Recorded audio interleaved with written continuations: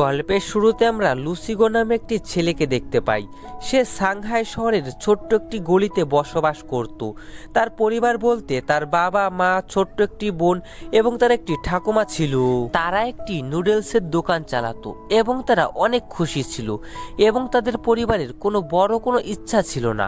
তারা যেটুকু পেয়েছে এটুকুতেই অনেক বেশি খুশি ছিল। কিন্তু লুসিগোর চিন্তা ধারণা ছিল একদমই ভিন্ন। সে তার পরিবারের মতন সে ভাবতো না। সে ভাবতো যে সে একদিন অনেক বড় একজন ব্যক্তি হবে এবং সে অনেক নাম কামাবে। লুসিগো জিন নামে একটি মেয়েকে সে পছন্দ করত এবং তাকে দেখার জন্য সে প্রত্যেক দিনই সে তার বন্ধু ফ্যাটির সাথে সে রাস্তায় সে দাঁড়িয়ে থাকতো।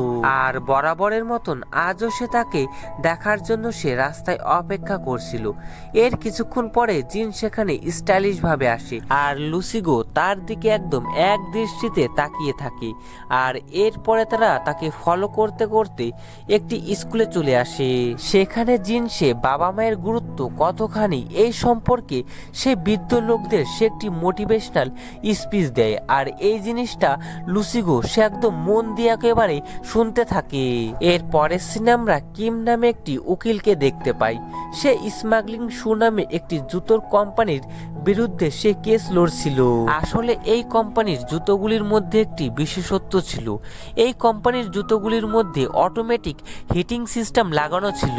আর এক ব্যক্তি এই জুতোগুলো পরে সে হিট সহ্য করতে না পেরে সে হার্ট অ্যাটাকে মারা যায়। আর ওই মৃত ব্যক্তির স্ত্রী সে ওই কোম্পানির নামে সে কেস করে দেয়। এখানে কিম সে প্রায় প্রমাণ করে দেয় যে এই জুতোর কোম্পানিটা একটি ফেক কোম্পানি। আর এই জুতোগুলি পরলে মানুষের মৃত্যুর চান্সও অনেক বেশি বেড়ে যায়। এই সব প্রমাণ দেখে কোর্ট সে ওই জুতোর কোম্পানিকে কয়েকদিন সময় দেয় তাদের কোম্পানিটিকে নির্দোষ প্রমাণ করার জন্য। এরপরে কোর্ট থেকে বেরোনোর পরে জুতোর কোম্পানির মালিক কিমকে ফোন করে এবং তাকে বলে যে সে যেন এই কেসটা হেরে যায় এবং তার কোম্পানিকে সে যেন এই কেসটা জিতিয়ে দেয়। এর বিনিময়ে সে তাকে $3 মিলিয়ন দেবে। এতগুলো টাকার কথা শুনে কিম সে এই কেসটা হারতে সে রাজি হয়ে যায়। এরপরে কিম সে জিনের সাথে সে দেখা করে। সেখানে জিন সে কিমকে সে বোঝানোর চেষ্টা করছিল যে সে তাকে বিয়ে করতে পারবে না। আসলে জিনের মা সে কিমের কাছ থেকে সে কিছু টাকা ধার নিয়েছিল আর সেই টাকা সে তাকে পরিশোধ করতে পারেনি। আর এখন তাই জিনের মা সে কিমের সাথে সে জিনকে সে বাধ্যতামূলক তাকে বিয়ে দিতে চায়। কিন্তু জিন সে কিমকে বিয়ে করতে চায় না। আর এই ব্যাপারটাই জিন সে যখন কিমকে বোঝাচ্ছিল তখন কিম সে তার কোনো কথায় কান না দিয়ে তাকে বলে যে তাকে অবশ্যই তার বিয়ে করতে হবে। তাদের দুজনকে একসাথে এভাবে কথা বলতে লুসিগো সে দেখে এবং সে কিছুটা জেলাস ফিল করে। তাই সে কিমের গাড়িকে সে ফলো করতে থাকে এবং সে দেখে যে কিমের সাথে অন্য একটি মেয়ে বসে রয়েছে। তাই সে তাদের দুজনের একসাথে ফটো তোলার সে অনেক চেষ্টা করতে থাকে। তখন কিম সে তার গাড়ির স্পিড বাড়িয়ে সে সেখান থেকে চলে যায় এবং সে ওই মেয়েটিকে সে একটি হসপিটালের সামনে সে নামিয়ে দেয়। কিন্তু লুসিগো সে শর্টকাট রাস্তা ধরে সে আবারও সে কিমের কাছে সে চলে আসে এবং সে আবারও সে কিমের সে ছবি তুলতে থাকে। আর এটা দেখে কিম সে খুবই রেগে যায় এবং সে তার ফোনটি সে তার কাছ থেকে সে ছিনিয়ে নেওয়ার চেষ্টা করতে থাকে।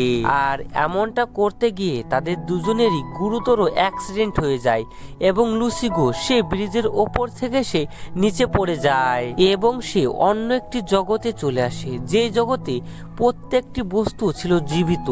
লুসিগো এই সমস্ত কিছু সে দেখে একদম সে অবাক হয়ে যায়। এরপরে লুসিগো মাঠের এক প্রান্তে একটি জীবিত খেলনা দেখে এবং সেই খেলনাটি তার পকেটে রেখে দেয়।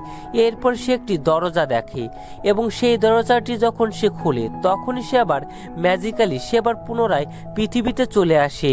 তবে এখানে সে এটা জানতো না যে এই খেলনাটা একটি ম্যাজিক্যাল খেলনা এবং এই খেলনাটা তার 3টে উইশ পূরণ করতে পারবে। এরপরে সে দেখে যে কিমকে হসপিটাল নিয়ে যাওয়া হচ্ছে কারণ সে ওই অ্যাক্সিডেন্টের ফলে সে অনেক বেশি সে আহত হয়েছে।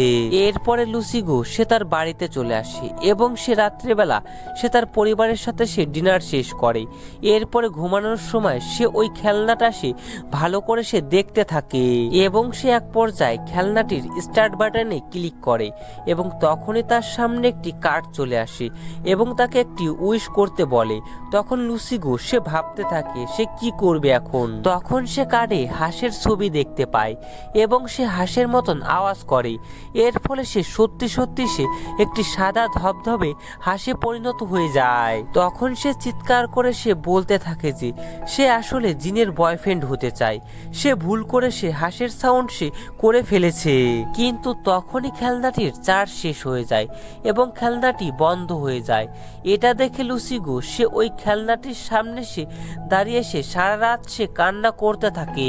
এরপরে ভোরবেলা কয়েকটি জোনাকি ওই খেলনাটার উপরে বসে, এতে খেলনাটা চালু হয়ে যায় আর লুসিগোর জিনের বয়ফ্রেন্ড হওয়ার উইশটাও পূরণ হয়ে যায়। এরপরে সকালবেলা লুসিগো ঘুম থেকে উঠে সে দেখে যে সে আর লুসিগো নেই, তার আকার আকৃতি তার চেহারা সবকিছুই কিমের মতন হয়ে গেছে। লুসিগোর পরিবার সকালবেলায় অচানক একটি ব্যক্তিকে দেখে তারা অনেক বেশি ঘাবড়ে যায়। তখন লুসিগো তাদেরকে বোঝানোর চেষ্টা করে যে সে লুসিগো গতকাল একটি জাদুর খেলনার প্রভাবে সে এমন হয়ে গেছে, কিন্তু তার পরিবার তাও তাকে বিশ্বাস করে না। তখন লুসিগো সে তাদের সবার এক এক করে সিক্রেট কথাগুলো বলতে শুরু করে, কিন্তু তাও তার পরিবার তাকে বিশ্বাস করে না এবং লুসিগোর বাবা তাকে রাগারাগি করে ঘর থেকে বের করে দেয়। আর তারা সবাই চিন্তা করতে থাকে যে তাহলে এখন তাদের ছেলে লুসিগো কোথায়, কারণ এই লোকটা লুসিগোর ঘর থেকে বেরিয়েছে। অপরদিকে হসপিটালের নার্স কিমের জায়গায় অন্য আরেকজনকে দেখে অনেক বেশি অবাক হয়ে যায়। সে বুঝতে পারছিল না যে এক রাতের মধ্যে একজন ব্যক্তি কি করে পরিবর্তন হয়ে যেতে পারে। অপরদিকে লুসিগোকে দেখতে পায়, সে লুকিয়ে লুকিয়ে তার বন্ধু ফ্যাটির বাড়িতে সে চলে আসে এবং সে ফ্যাটিকে গতকালের সমস্ত ঘটনা সে খুলে বলে, কিন্তু ফ্যাটি সে তার কথায় সে বিশ্বাস করতে পারছিল না। তখন লুসিগো তাদের দুজনের পুরাতন কিছু সিক্রেট কথাগুলো বলতে থাকে। তখন ফ্যাটি সে বুঝতে পারে যে এটাই তার বেস্ট ফ্রেন্ড লুসিগো। অপরদিকে লুসিগোর বাবা মা লুসিগোকে অনেক খোঁজাখুঁজির পরে তাকে হসপিটালে পায় এবং তাকে অনেক আদর যত্ন করতে থাকে, কিন্তু লুসিগো সে তাদের সাথে অনেক খারাপ ব্যবহার করতে থাকে, কারণ তার ভিতরে এখন তো কিমের আত্মা রয়েছে, শুধু দেহটাই লুসিগোর ছিল।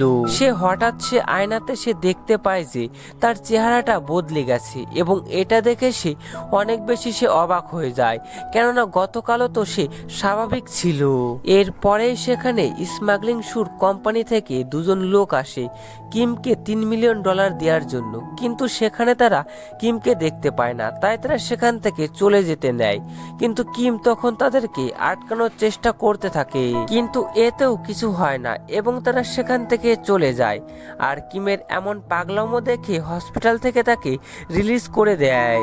অপরদিকে লুসিগোকে এবং ফ্যাটিকে দেখতে পায়, তারা দুজন ওই জাদুই খেলনার পিছনে কিছু লেখা ছিল, সেটা তারা গুগল ট্রান্সলেশন করে পড়ার চেষ্টা করতে থাকে এবং তারা জানতে পারে যে এই খেলনাটা ব্যবহার করে যে কোনো কেউ 3টা তার ইচ্ছা পূরণ করতে পারবে, কিন্তু এই 3টে ইচ্ছে তাকে 6 দিনের সন্ধ্যা 6টার মধ্যে করতে হবে। এই টাইমের মধ্যে সে যদি করতে না পারে তাহলে তার তৃতীয় ইচ্ছাটা কাউন্টিং করা হবে না এবং সে সারা জীবনকার জন্য সে কিমের শরীরে সে থেকে যাবে।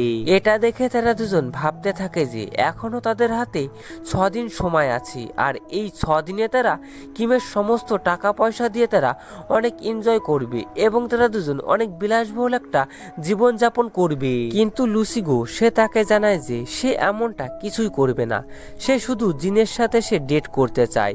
তাই সে এর পরের দিন সে সুন্দর করে সেজে সে জিনের সাথে সে ডেট করতে চলে আসে। এরপরে তারা খাবার অর্ডার করে আর লুসিগো সে বাচ্চাদের মতন করে সে মজা করে সে খাবার খেতে থাকে। এরপরে তারা একটি পার্কে চলে আসে এবং সেখানে তারা দুজন অনেক মজা করতে থাকে। জিন সে অনেক দিন পরে সে আজ নাচ গান খেলাধুলা করছিল, সব মিলিয়ে সে অনেক সুন্দর একটি সময় কাটায়। এরপর তারা দুজন একটি বিল্ডিং এর ছাদে চলে আসে এবং সেখানে সে তারা দুজন অনেক গল্প করতে থাকে এবং তারা দুজন একে অপরের গোপন তথ্যগুলো একে অপরের সাথে শেয়ার করে এবং তারা সেখানে অনেক সুন্দর একটা সময় কাটায়। এর পরের দিন সকালবেলা রাস্তা দিয়ে হেঁটে যাওয়ার সময় জিন লুসিগোকে বলে যে সে এখন তার বাচ্চা মনটিকে সে এখন অনেক বেশি ভালোবেসে ফেলেছে। এই বলে সে লুসিগোকে জড়িয়ে ধরে এবং তাকে কিস করতে যায়, তখনই আবার লুসিকোর বডিটা ঝাঁকুনি দিয়ে ওঠে এবং সে জিনকে ধাক্কা মেরে সে ফেলে দেয়। সে এখানে কিছুই বুঝতে পারছিল না যে তার সাথে সব কি হচ্ছে। আসলে জিন সে লুসিকোর বাচ্চা মনটিকে সে ভালোবেসে ফেলেছে, কিমের বডিকে না। এখানে জিনকে হঠাৎ করে ধাক্কা দিয়ে ফেলে দেওয়ায় জিন সে অনেক বেশি ব্যথা পায় এবং সে লুসিগোকে অনেক কথা শুনিয়ে সেখান থেকে চলে যায়। অপরদিকে আমরা কিমকে লুসিগোর বাড়িতে শুয়ে থাকতে দেখতে পাই। সে ওই স্মাগলিং শুর কোম্পানির মালিকের সাথে সে অনেক দেখা করার চেষ্টা করে, কিন্তু সে কিছুতেই তার সাথে দেখা করতে পারে না এবং তাকে তার নিজের বাড়িতেও ঢুকতে দেয়া হয় না।